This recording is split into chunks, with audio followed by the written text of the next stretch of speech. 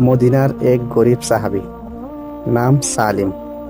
কিছুই ছিল না তার, না ভালো কাপড়, না ভালো খাবার, না থাকার ঘর, কিন্তু ছিল গভীর ঈমান, আল্লাহর প্রতি অগাধ ভালোবাসা।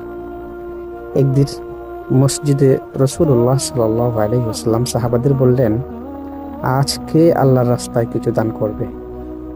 সবার হাতে কিছু না কিছু ছিল, সোনা রূপা খেজুর খাদ্য কাপড়, কিন্তু সালিমের কাছে কিছুই ছিল না, শুধু একটি মাত্র খেজুর। সে সেটাই নিয়ে আসলো, রাসূলের সামনে দাঁড়ালো মাথা নিচু করে, বলল, ইয়া রাসূলুল্লাহ, আমার কাছে শুধু এতটুকুই আছে। আমি জানি এটা খুব ছোট, কিন্তু আমি আল্লাহর জন্য দিচ্ছি। রাসূল সাল্লাল্লাহু আলাইহি ওয়াসাল্লাম খেজুরটি হাতে নিয়ে বললেন, এই এক খেজুর যদি আল্লাহর সন্তুষ্টির জন্য দেওয়া হয়, তাহলে এটা পাহাড় সমান সৎকার চেয়ে উত্তম। লোকজন অবাক, এত ছোট জিনিস কিভাবে এত মূল্যবান হতে পারে? রাসূল সাল্লাল্লাহু আলাইহি ওয়াসাল্লাম বললেন, আল্লাহ তোমার নিয়ত দেখেন, বস্তু নয়। যদি মন পবিত্র হয়, একটি খেজুর দিয়ে জান্নাত পাওয়া যায়।